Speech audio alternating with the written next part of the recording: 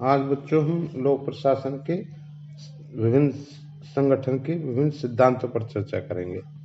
Okay. सामान्य शब्दों में संगठन का आशय अनेक व्यक्तियों की एक ऐसी स्थिति या संरचना से है जिसमें वे पहले से निश्चित लक्ष्य को पूरा करने के लिए योजनाबद्ध तरीके से कार्य करते हैं तथा एक दूसरे को सहयोग देते हुए अपने निर्धारित कर्तव्यों का पालन सुव्यवस्थित ढंग से करते हैं। संगठन के कई आधार हैं। लूथर गुलिक ने उद्देश्य, प्रक्रिया, व्यक्ति और स्थान को संगठन में कार्य विभाजन के उपयुक्त आधार बताए हैं।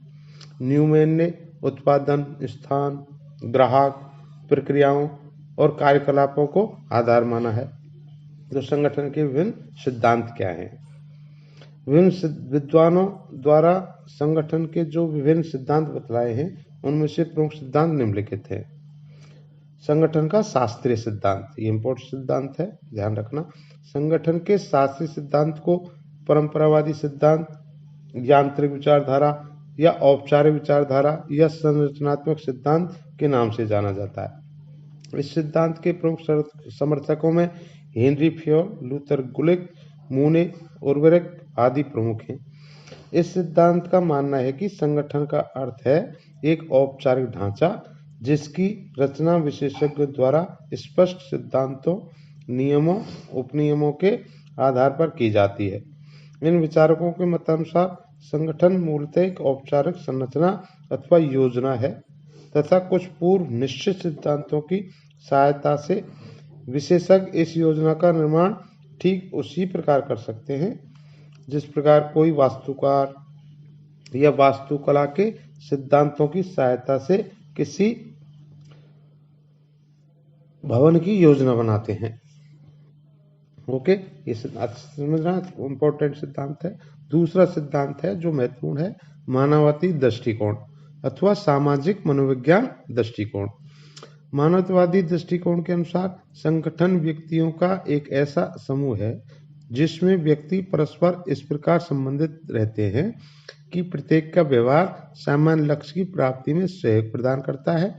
यह दृष्टिकोण यह मानता है कि जब कुछ व्यक्ति दीर्घकाल तक मिलकर काम करते हैं तो उनमें भावनात्मक और वैयक्तिक संबंध विकसित हो जाते हैं जो औपचारिक संबंधों से भिन्न होते हैं और ये संगठन में महत्वपूर्ण होते हैं।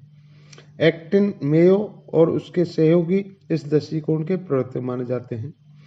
मानवतावादी विचारधारा मनुष्यों, मानवीय अभिप्रेरणाओं और अनौपचारिक सामूहिक कार्य संचालन पर बहुत अधिक बल देती है।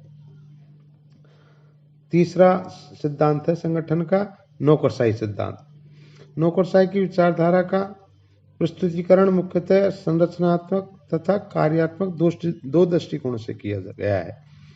संरचनात्मक दृष्टिकोण से नौकरशाही को एक ऐसी प्रशासनिक व्यवस्था माना गया है जिसमें पद सोपान, विशिष्टीकरण, कार्यकर्ता आदि विशेषताएं पाई जाती हैं।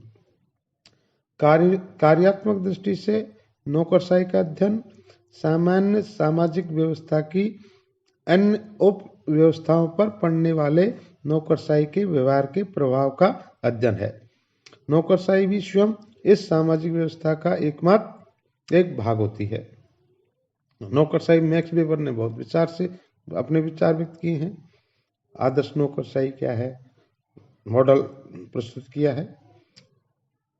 ओके, अगला सिद्धांत है व्यवहार सिद्धांत। संगठन के सिद्धांत के अनुसार किसी भी संगठन का केवल औपचारिक ज्ञान ही पर्याप्त नहीं है, वरन संगठन के वास्तविक व्यवहार का ज्ञान भी अपेक्षित है।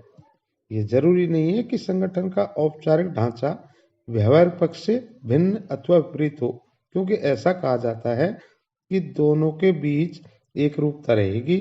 फिर भी ऐसे अवसर सामान्यतः पाए जाते हैं जब संगठन का व्यवहारिक रूप उसके औपचारिक ढांचे से अधिक आगे बढ़ जाता है। संगठन का अगला सिद्धांत है क्रीड़ा सिद्धांत। क्रीड़ा सिद्धांत के अनुसार खेल की ही भांति संगठन के भी कुछ नियम, उपनियम अथवा सिद्धांत हुआ करते हैं।